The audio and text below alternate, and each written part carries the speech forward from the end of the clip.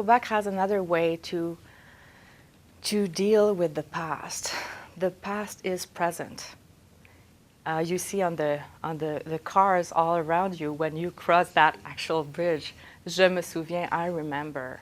And this I is not only a personal I, but also a national position.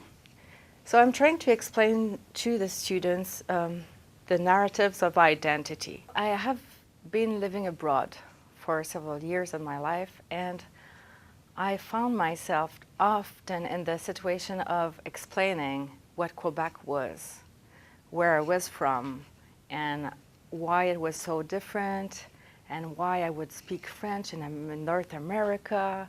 And so I find myself in the same situation here at Carleton, even though we live just, a couple of meters from the river. Every morning, because I live in Quebec, Aylmer, when it's summer, I ride my bike on the Champlain Bridge, and then I meet this poster saying Ontario, and now I spin up to Carleton, and when I come back home, Quebec, and then I go slower.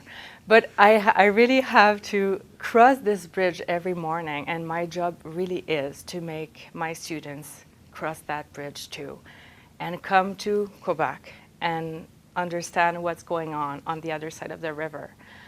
There are many things that do travel across the river, like student protests, for instance, or displeased with the government in place. But what I'm trying to get across is that there is another culture living on the other side of the river, and that culture maybe needs me to be understood. When we study representations, so national representations and mainstream narratives in the classroom, we then go to a national institution, either a Quebec national institution, because Quebec's now officially a nation, and or a national institution of Ottawa, a federal institution, namely the Museum of Civilization, to be turned into the Museum of History, as you know.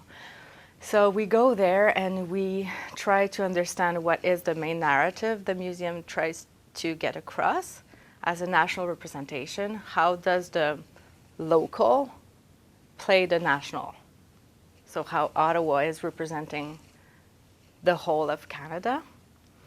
And we suggest alternative readings of Canada.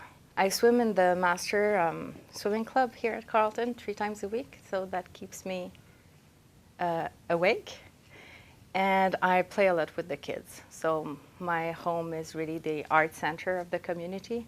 So I paint. I also did, when I was unsure to get university position, I started doing illustrations. So I did also a children's book. So I like to paint and draw. I play a little bit of music. I played violin for many, many years. So I'm not very good at it now, but I play sometimes.